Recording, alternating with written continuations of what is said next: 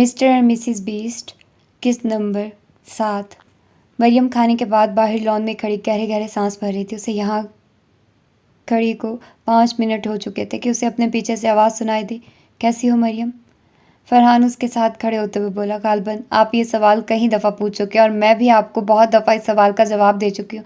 अब क्या stamp paper पर लिख कर दूँ? मरियम बगैर उसे देखे तीखी लहजे में बोली। फरहान का दिलकश कहका फिजा में गूंजा। मरियम ने उसकी तरफ देखा तो बेसाख्ता दोनों की नज़रें मिली। तुमने नोट किया? फरहान ने इस्तफसार किया। क्या? तुम्हारी और मेरी आंखें हूबहू यकसा हैं। इससे क्या फ़र्क पड़ता है? मरियम ने नज़रें चुराई। उसका जिस्म लर्जने लगा। फ़र्क पड़ता है। तुम इसकी वजह जानती हो? नहीं जानती और जानने का इरादा भी नहीं रखती, मरियम कहकर जाने लगी कि फरहान ने उसकी कलाई पकड़ी। मरियम ने अपनी नमकीन झील वाली आंखें उठाकर फरहान को देखा। फरहान की नज़रों से उसकी आंखों में मौजूद दर्द ना छुपा।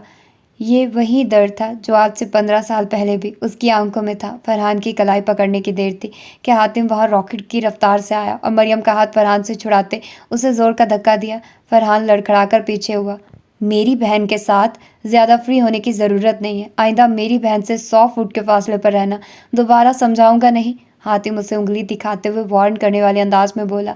मरियम ने हैरत से हातिम की तरफ देखा। तुम्हारी बहन? हाँ, फरहान तंज़िया अंदाज मुस्कुराहट के साथ बोला और फिर हंसने लगा। हातिम को उसकी हंसी सख्त जहर लगी थी। अभी वो कुछ करता कि आयशा सुल्तान वहाँ आई। क्या हो रहा है यहाँ?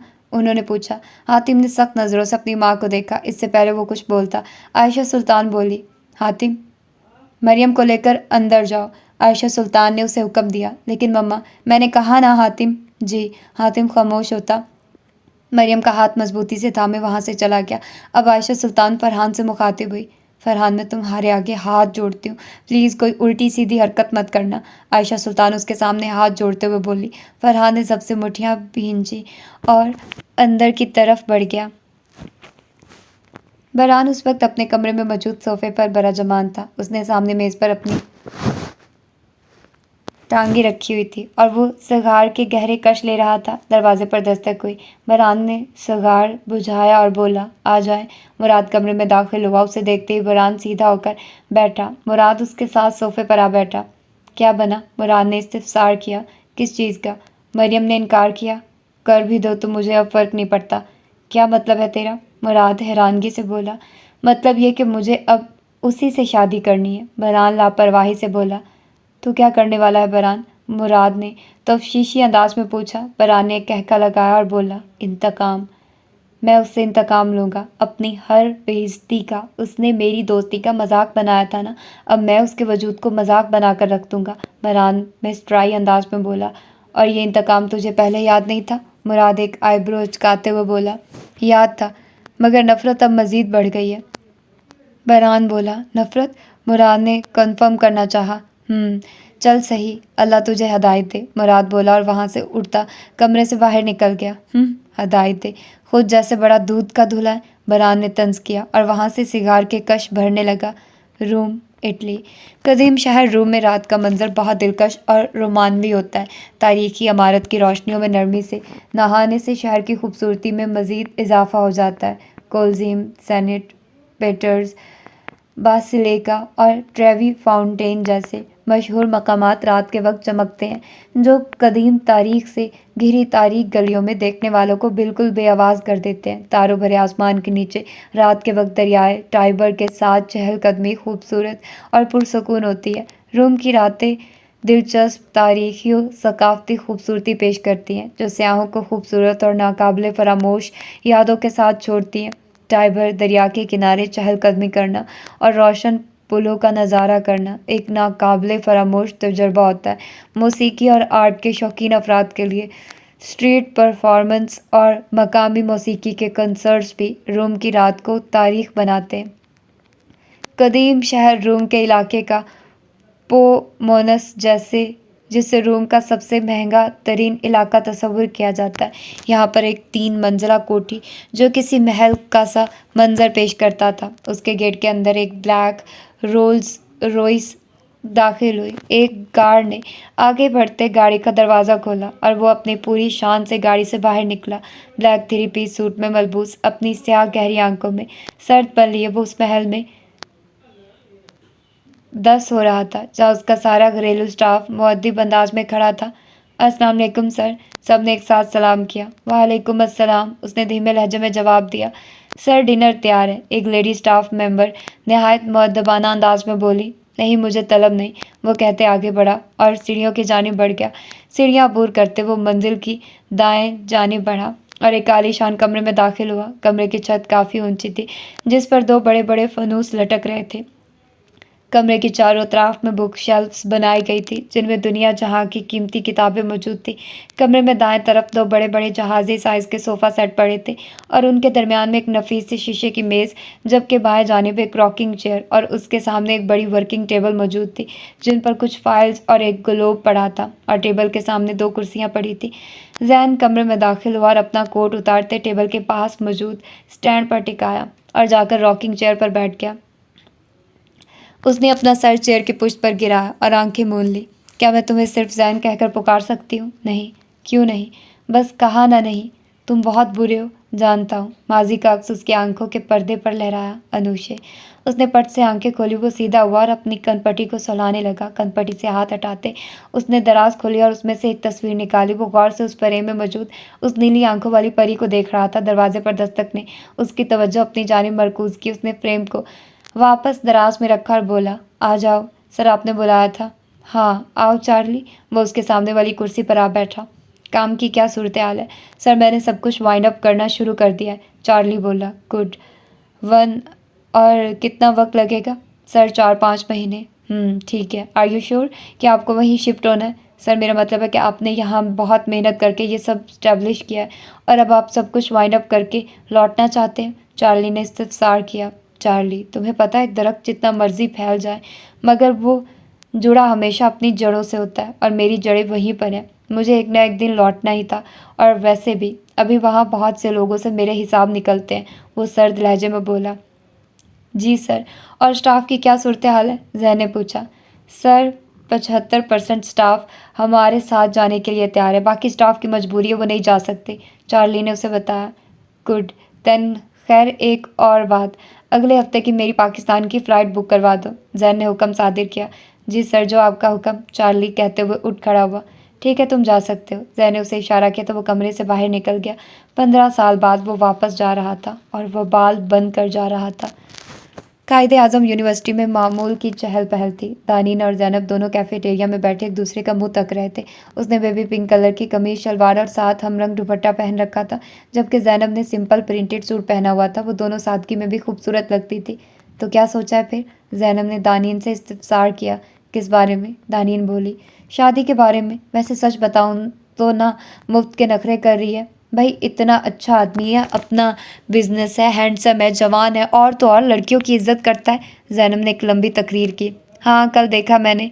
तानी ने उसे अब्रू अचका कर देखा। जैनब ने थूक निकला। वो तो यार तूने उनको गुस्सा दिला दिया था ना, वैसे बंदा बुरा नहीं है। जैनब शर्मिंदगी से बोली।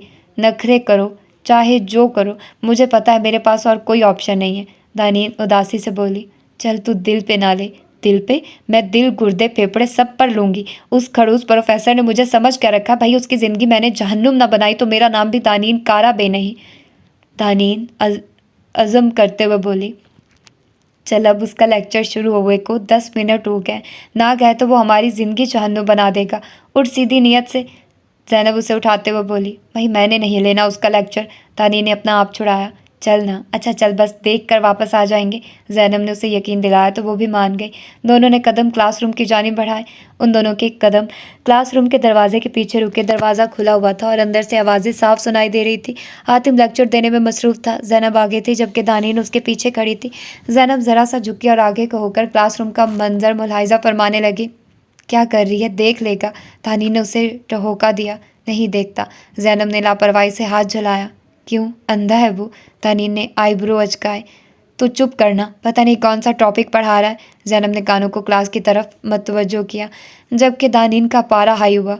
यार कौन सा टॉपिक पढ़ा रहा है पता नहीं, जा पूछ क्या। दानीन ने आंखों को सपाट करते उसे क्लासरूम की जानिब धक्का दिया। जैनब सीधा क्लासरूम की चौखट पर गिरी। हातिम ने उस जानिब देखा तो दंग रह गया। जैनब ने शर्मिंदगी से हातिम की तरफ देखा। अस्सलाम वालेकुम जीजू। जैनब ने बत्तीसी निकालते सैल्यूट के साथ सलाम किया। Shut up and get out. Hatim की गर्जदार आवाज़ गूंजी, जबकि पूरी क्लास तो लफ्ज़ जीजू पर अटक गई। ज़ैनब अपनी जगह से उठती जाने के लिए मुड़ी कि हातिम की आवाज़ पर रुके। आप और आपकी वो स्टूपिड कज़न दोस्त मुझे अगले 15 मिनट में अपने ऑफिस में चाहिए। जी जी जी सर, ज़ैनब बोली और चौखट से बाहर निकली। बाहर निकलते उसने साइड पर देखा तो दानीन आराम से सीने पर हाथ बांधे उसे ताहिराना नज़रों से देख रही थी। तेरा बेड़ा गर्क दानीन, कोई अपनी दोस्त के साथ ऐसा करता है भला? दानीन ने कोई जवाब नहीं दिया और जाने के लिए मुड़ गई। कहाँ जा रही है अब? उसके ऑफिस। दानीन बोली, पागल, वो हमारे घर कॉल कर देगा। ज़ैनब बोली, अब अपने होने वाले ससुराल में अपनी होने वाली बीवी की शिकायत तो करने से रहा। दानीन बोली, कसम से दानी, तेरी हरकतें देखकर तो शैतान भी सोचता होगा कि ए गुल ते मेरे जहन विच ए गल तो मेरे जहन विच भी नहीं सी। ज़ैनब बोलते साथ उसके पीछे पीछे चल दी। चल, तूने रुकना है तो रुक, मैं तो चली। दानीन बोली, किधर चली? दलान लेने आ रही है, पता नहीं कहीं जाना है। अच्छा सुन, मुझे शादी में ज़रूर बुलाएं, क्या पता कोई लड़का मुझे पसंद कर ले। ज़ैनब शरारत से बोली, हाय मैं मर जाऊँ, क्यों नहीं बुलाऊंगी मैं तुझे? तेरे बगैर थोड़ी होगी मेरी शादी। मैं साफ इनकार कर दूंगी कि पहले मेरी दोस्त को बुलाओ फिर मैं शादी करूंगी। दानीन उसे गले लगाते हुए बोली, तंज कर रही है? पागल है सच्ची में, माँ कसम, मेरा बस चले तो मैं तुझे अपनी सौकन बना लूँ। दानीन एक्साइटेड होते हुए बोली, हाँ हाँ हाँ, धुर फिटे मुँह तेरा बेगैरत, तू ना अपना बस किसी और पे ही चला, मर जानिए ना होवे ते। ज़ैनब चिढ़कर बोली, अच्छा ना, मजाक कर रही थी, मेरी प्यारी सी दोस्त को देखना, कोई बहुत ही प्यारा सा दूल्हा मिलेगा। दानीन उसे फिर से गले लगाते बोली, हाय तेरे मुंह में घी शक्कर। ज़ैनब उस पर सदके बारी जाते हुए बोली, चल दलान आ गई है, मैं चलती हूँ। दानीन मोबाइल पर मैसेज देखते हुए बोली और उससे मिलती डिपार्टमेंट से बाहर निकल गई। हाय पता नहीं कौन होगा, मर जाना। दानीन के जाते ही ज़ैनब झूमते हुए बोली, जेहान यूनिवर्सिटी में इधर उधर खजल ख्वार होता फिर रहा था और कब से माहिन के डिपार्टमेंट में उसे तलाश कर रहा था, मगर वो थी कि मिलने का नाम ही नहीं ले रही थी। काफ़ी देर की ख्वारी के बाद आखिर उसे माहिन सामने से आती दिखाई दी। वो जल्दी से खड़ा होता उसके पीछे लपका। माही, जेहान ने उसे आवाज़ दी। माही ने जानी पहचानी आवाज़ पर मुड़कर देखा तो उसके पीछे जेहान हामता हुआ आ रहा था। जेहान उसके सामने आकर रुका और घुट्टों के बल झुकता अपना सांस बहाल करने लगा। माहिन सीने पर हाथ बांधे उसे दिलचस्पी से देखने लगी। कब से ढूंढ रहा था तुम्हें, कहाँ थी? जेहान ने उससे सवाल किया। तुमसे मतलब? माही ने जवाब दिया। ओह हेलो, इतनी जल्दी गिरगिट भी रंग नहीं बदलता होगा जितनी जल्दी तुम बदलती हो। जेहान को तो मानो झटके लगे लगे हों। क्यों, मैंने क्या किया है? क्या किया है? अभी उस दिन हमारी दोस्ती हुई, अब तुम फिर नखरे दिखा रही हो। जहाँ फूले सांस के साथ बोला। शर्त पूरी कर दी तुमने क्या? माहिन बोली, निकाह होगा तो ही शर्त पूरी करूंगा ना। अब बगैर निकाह के तुम्हें बाइक पर लेकर सैरे करूंगा तो तुम्हारा भाई मुझे जन्नत की सैर करवा देगा। तौबा नऊज बिल्ला, ऐसे देखता है जैसे उसकी भैंस खोलकर खोता बांध आया हूँ। जेहान अपनी जबान के जौहर दिखाते हुए बोला, तमीज़ से नाम लो मेरे भाई का। महीन उसे उंगली दिखाते हुए बोली, नहीं मैं तो जबान से ही लूँगा। जेहान लातल्खी से बोला कि महीन का पारा हाई हुआ। उसने अपने हाथ में मौजूद पायल जेहान के सर पर रख कर मारी। अब जाके करो जन्नत की सैर। महीन बोली, हाय मेरा सर। जेहान ने दुहाई दी। ड्रामेबाज, महीन ने उसे लकब से नवाजा। तुमने अच्छा नहीं किया, एक बार निकाह हो जाने दो फिर देखना तुम। जेहान नकली गुस्सा दिखाते हुए बोला, वट एवर। माहिन ने हाथ झुलाया और वहाँ से निकल गई। पीछे जेहान बस कुड़ कर रह गया। आई बड़ी, ये उसी मधुमक्खी की सोबत का असर है, वरना अल्लाह ने मुझ जैसे शरीफ इंसान की किस्मत में ऐसी बदजबान लड़की थोड़ी लिखी होगी। जेहान खुद कलामी करते हुए बोला, खैर दफ़ा करो, मैं क्यों अपना मूड ख़राब करूं? देखो ज़रा, शाम को पार्टी है और मैं यहाँ घूम रहा हूँ। वो मुँह में बुड़बुड़ाता डिपार्टमेंट से निकलता चला गया। मरियम उस वक्त अपने ऑफिस में किसी फाइल पर काम कर रही थी। वो मुकम्मल तवज्जो से काम में मसरूफ़ थी कि उसके दरवाजे पर दस्तक हुई। कम इन, मैम आपसे मिलने कोई आया है। कौन? मैम दो लड़कियां हैं, तानीन और दलान, नाम बता रही हैं। तनीन और दलान? मरियम ने तजस्सुस से उनका नाम दोहराया। जी मैम। अच्छा हाँ, भेजो उन्हें। उसकी बात सुनते एम्प्लॉई ऑफिस से बाहर निकली। थोड़ी देर के बाद दलान और दानीन ऑफिस रूम में दाखिल हुई। मरियम अपनी जगह से खड़ी होती उनकी तरफ बढ़ी। अस्सलाम वालेकुम। दोनों ने मुश्तरका सलाम किया। वालेकुम अस्सलाम, कैसी हो तुम दोनों, खैरियत से आना हुआ? उन दोनों ने एक दूसरे को देखा। खड़ी क्यों हो, बैठो ना। मरियम उनको लेकर सोफ़े की सिफ्त बढ़ी। वो दोनों डबल सोफ़े पर बैठी तो मरियम उनके सामने सिंगल सोफ़े पर बरा जमान हुई। वो दरअसल पते की बात करो। देखिए भाई, आज सुल्तान हवेली में इन सब लड़कों की बैचलर्स पार्टी है। अब देखिए, ये लोग एंजॉय करेंगे और हम उनकी शक्लें देखेंगे। हमें भी तो कुछ करना चाहिए नहीं? दानीन को चुप कराते दलान पर बोली कि बेसाख्ता मरियम की हंसी छूटी। बस इतनी सी बात। मरियम हंसी को ब्रेक लगाते हुए बोली, ये इतनी सी बात तो नहीं है, खैर इंतजामात करने में टाइम लगता है। दलान उदासी से बोली, कोई टाइम नहीं लगता, चलो शाबाश घर वापस जाओ और तैयारी करो। तुम दोनों जुमरत और अफनान को लेकर आ जाना, शाम को हम अपना एंजॉय करेंगे। मरियम खुशी से बोली, सच्ची?